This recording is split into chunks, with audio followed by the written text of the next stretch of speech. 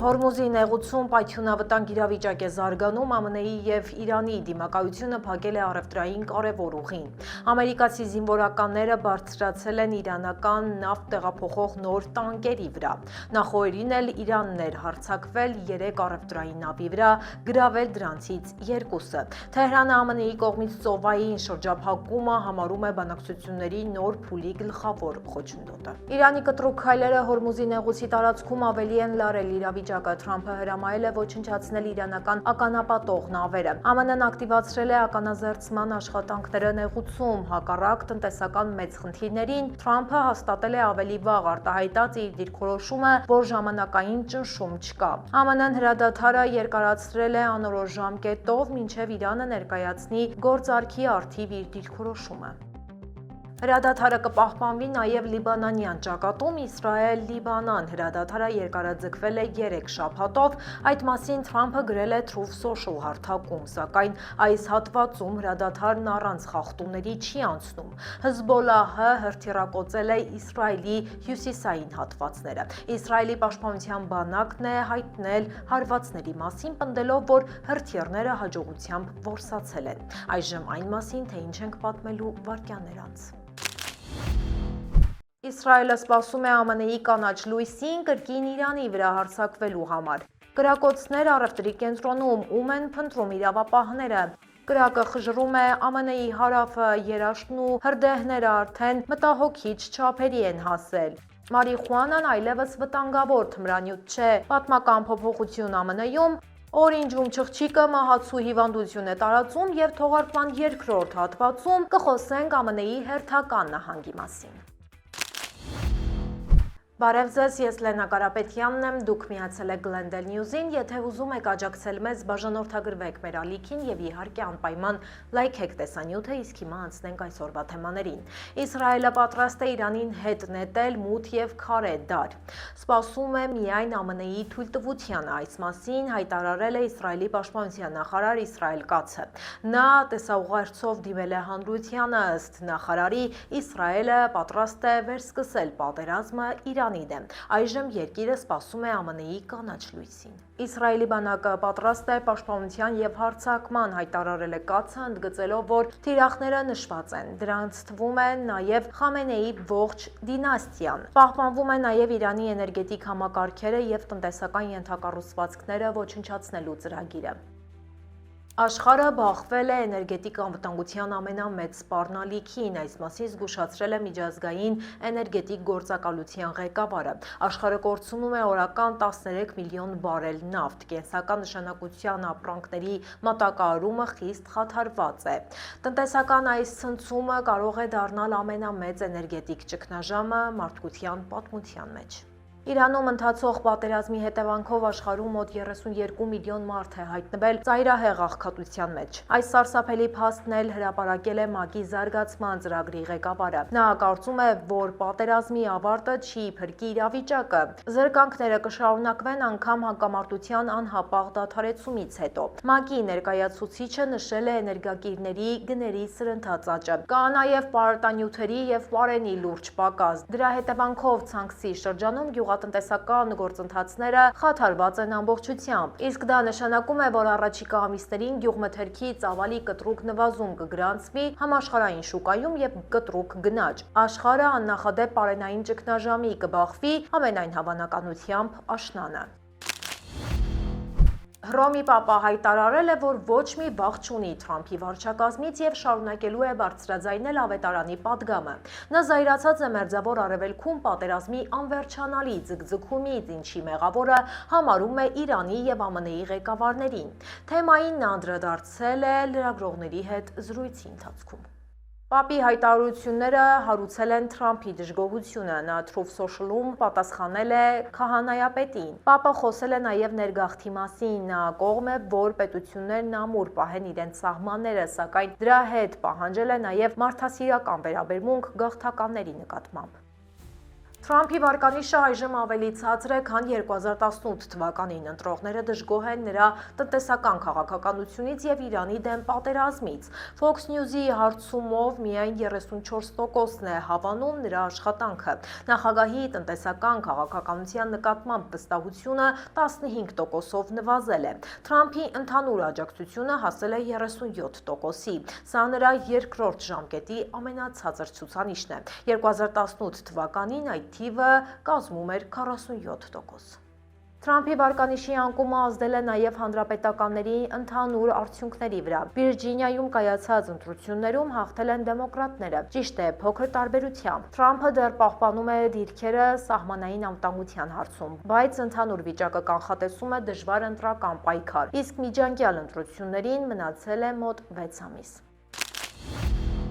Լուիզիանայի առևտրի կենտրոնում կրակոցներից մեկ մարդ է մահացել, տուժել է ևս 5 քաղաքացի։ Միմյանց վրա կրակ են բացել 2 խմբերի ներկայացուցիչներ, սակայն տուժել են ընդհանրապես միջադեպի հետ կապ չունեցող անձինք։ Դեպքը տեղի է ունեցել սննդի կենտրոնի մոտ, ոստիկանությունը բերման է ենթարկել 5 կասկածյալի։ Ականատեսները 15-20 կրակոց են լսել, իրավապահները փնտրում են այլ կասկածյալի։ Միջադեպի մասնակիցներին նույնականացնելու համար ոստիկանները խնդրում են օգնել տեսանյութերով։ Առևտրի կենտրոնը դեպքից հետո փակվել է, քաղաքում լարվածությունը պահպանվում է, չեն բացառում խմբավորումների միջև նոր բախումները, հետաքննությունը շարունակվում է։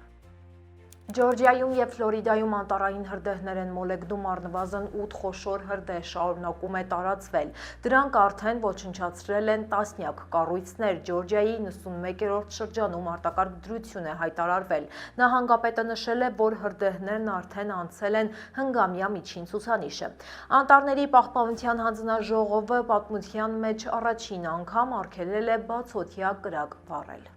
Օդի որակը դարձել է վտանգավոր, ծուխը պատել է Սավաննան եւ Կոլումբիան։ Ջորջիայում բոլոր ուժերը մոբիլիզացված են։ Ջորջիայի պաշտպանության դեպարտամենտը հայտարարել է, որ պատրաստ է ազգային գվարդիայի ներգրավմանը։ Հրդեհների թվի աճին ու դրանց ուժգնացմանը նպաստում է կլիմայի փոփոխությունը։ Տաք եւ չոր եղանակը սրում է վտանգը։ Ֆլորիդայի որոշ հատվածները գտնվում են D4 գոտում, սա երաշտի ամենաբարձր մակարդակն է։ Ստորերկրյա ջրերը կտրուկ նվազել են։ Իրավիճակը շարունակում է մնալ ծայրահեղ լարված անգամ այն վայրերում, որտեղ հրդեհը չի հասել։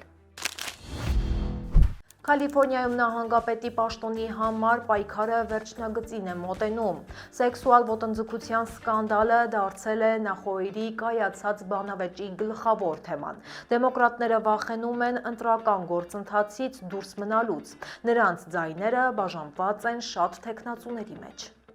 Խավիեր Բեկերան դարձել է սվալվելի հեռանալու հիմնական շահառուն, սակայն նրան էլ մեղադրել են Վաշինգտոնի մարդ լինելու մեջ։ Քեյթի Փորթերը նրան քննադատել է ծրագրերի համար, նշելով, թե չունի հստակ թվեր եւ եկամուտի պլան։ Հանրապետականները հարձակվել են դեմոկրատների վրա, նրանք քննադատել են նահանգի հարկային քաղաքականությունը։ Հանրապետականներից Հիլթոնը ստացել է Թրամփի պաշտոնական աջակցությունը։ Նա խոստացել է օգտագործել այդ կապը նահանգի համար։ Անօթևանության հարցում թեկնածուների մոտեցումները խիստ տարբեր են։ Այս դեպքում սուր են ինչպես միջկուսակցական, այնպես էլ ներկուսակցական վեճերը։ Կալիֆոռնիայում երկրորդ փուլ անցնում է միայն 2 հոգի։ Այս մրցավազքում առաջատարը դեռ Թոմ Սթեյերն է։ Քվեարկությունը տեղի կունենա հունիսի 2-ին։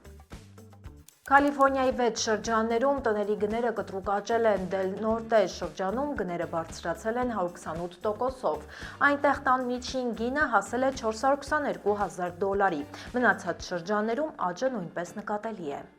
Մարիպոսայում գները բարձրացել են 28%-ով, Պլումասում գնաճը կազմել է 21%, Մենդոցինոյում աճը հասել է 16%-ի, Քինգսում տների գները բարձրացել են 11%-ով, Սան Ֆրանցիսկոյում գինը հատել է $2 միլիոն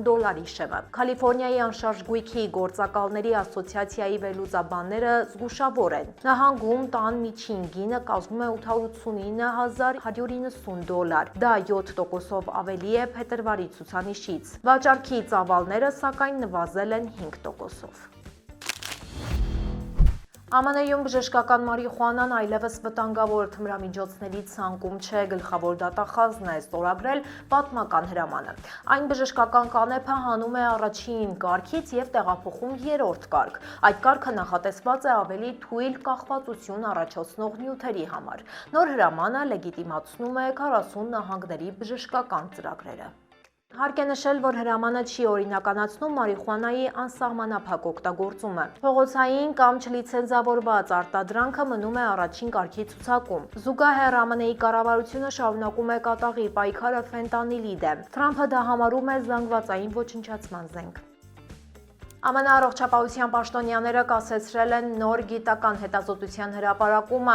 Այն ուսումնասիրում էր COVID-ի պատվաստումների արդյունավետությունը մեծահասակների շրջանում։ Հետազոտության հեղինակները պարզել էին, որ պատվաստումները հիվանդանոց ընկնելու վտանգը նվազեցրել էին միայն կիսով չափ։ Ավելի մանրամասն արդյունքները պետք է հրապարակվեին, սակայն պատկան մարմինները արգելել են դա անել։ Դեռ հստակ չէ, արդյոք հետազոտության արդյունքները կհրապարակվեն ապագայում։ Քննադատները մտավախություն ունեն, որ գիտնականներին փորձում են լռեցնել, առավել ևս, որ շատ մասնագետներ զգուշացնում են COVID-ի մուտացիաների նոր աճի մասին։ Իրանի բնակիչները արդեն 55 օր է զրկված են համացանցից, սա ժամանակակից աշխարհի ամենաերկար սահմանափակումներից մեկն է։ Ինտերնետային կապը հասել է աննախադեպ ցածր մակարդակի։ Այն կազմում է նախկին ցուցանիշների միայն 2%։ Կապի խափանումները շարունակվում են արդեն ավելի քան 1300 ժամ։ Ցուցանիշները հրապարակել է NetBlocks կազմակերպությունը, այն մշտապես հետևում է ցանցի վիճակին։ Իրանցիները չեն կարողանում օգտվել գլոբալ ցանցերից։ Այս սահմանափակումները լուրջ վնաս են հասցնում տնտեսությանը, տուժել են առցանց առևտուրը եւ վճարային համակարգերը։ Թվային տեխնոլոգիաներից կախված ոլորտները գրեթե կանգ են առել։ Այժմ հայտնի չէ սահմանափակումների ավարտի ժամկետը։ Մադուրոյի գերեվարմանը մասնակցած ամերիկացի զինվորականներից մեկը $409,000 է վաստակել իր իմացած գաղտնի տեղեկությունը օգտագործելով խաղադրույքներ կատարելու շնորհիվ։ Նա կատարել է մոտ 1.5 տասնյակ խաղադրույք, զինվորականը մասնակցել է գործողության պլանավորմանը եւ իրականացմանը եւ ունեցել է բավարար հասանելիություն գաղտնի տվյալներին։ Խաղադրույքները կատարելուց եւ շահած գումարը հանելուց հետո զինվորականը փորձել է թաքցնել հետքերը ջնջելով իր օգտահաշիվը, սակայն նա արդեն հասցրել էր ուշադրության կենտրոնում հայտնվել։ Թեման անգամ Թրամփին է հասել։ Զինվորականի դեմ հարուցվել է դաշնային քրեական գործ։ FBI տնօրենը խոստացել է, որ մեղքը հաստատվելու դեպքում պատիժը մեղմ չի լինի։ Այժմ եկեք տեսնենք, թե ինչ հետաքրքիր նորություններ են հրապարակված մեր սոցցանցերում։ Ֆուլերթոն քոլեջում հայտնաբերված չղջիկը վարակված է կատաղությամբ։ Այն գտել են երաժշտության մասնաշենքի մոտ։ Օրինջ շրջանի առողջապահության գործակալությունը հաստատել է վարակը։ Նրանք անհապաղ զգուշացրել են ուսանողներին եւ աշխատակիցներին։ Չղջիկի հետ շփված անձինք պետք է դիմեն բժիշկների։ Չի բացառվում նաեւ, որ շրջակա տարածքում լինեն նաեւ վարակված այլ կենդանիներ։ Կատաղությունը չափազանց վտանգավոր եւ մահացու վիրուս է։ Կենդանիների հետ շփումը կարող է ճակատագրական լինել։ Չղջիկների ատամները փոքր են եւ սուր, նրանց խայթոցը հաճախ մնում է աննկատ։ Վիրուսը փոխանցվում է նաեւ թքի միջոցով։ Խայթոցի ժամանակ կամ վերքերի միջոցով այն թափանցում է մարդու օրգանիզմ։ Հիվանդության ախտանիշներն ի հայտ գալուց հետո այն հաճախ մահացու է, նշում են մասնագետները։ Կանխարգելիչ բուժումը պարտադիր է բոլորի համար, կասկածի դեպքում պետք է շտապել։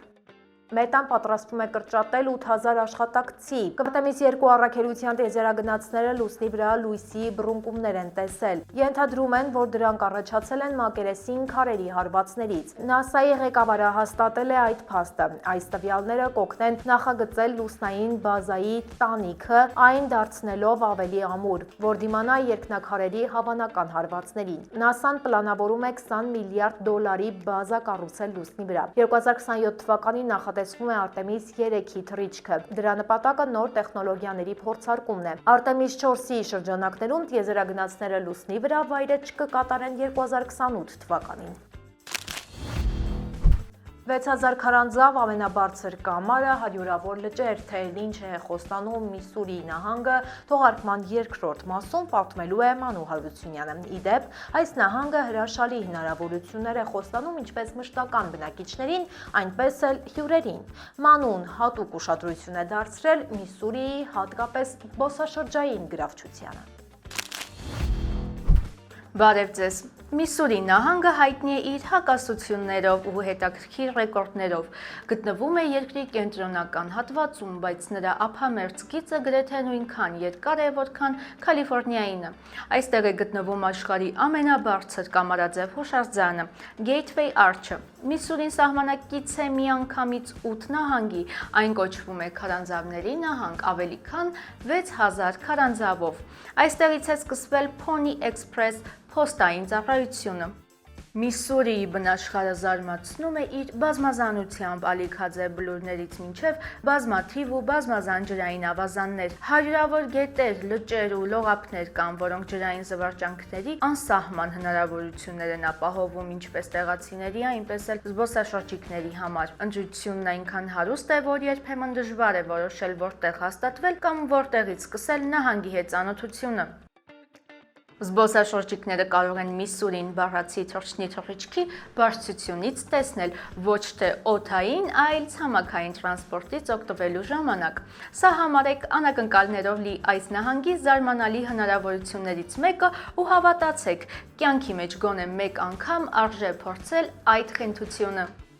Սենթ Լուիսի խորհրդանիշը Gateway Arch-ը 192 մետր բարձրություն ունի։ Եթե այս քաղաքն եք ընտրել շրջագայելու համար, ապա անպայման եղեք City Museum-ում։ Այստեղ նախկին գործարանը վերածվել է յուրահատուկ խաղահրապարակի ամեն տարիքի այցելուների համար։ Իսկ Forest Park-ում, որն ի դեպ իր չափերով գրեթե կրկնակի մեծ է Նյու Յորքի կենտրոնական պարկից, կարող եք վայելել անվճար թանգարաններն ու կանաչ տարածքները։ Մի մոռացեք նաև հայտնի St. Louis Zoo-ի մասին, որն առաջարկում է անվճար մուտք և կենդանիների հսկայական բազմազանություն հիանալի պայմաններում։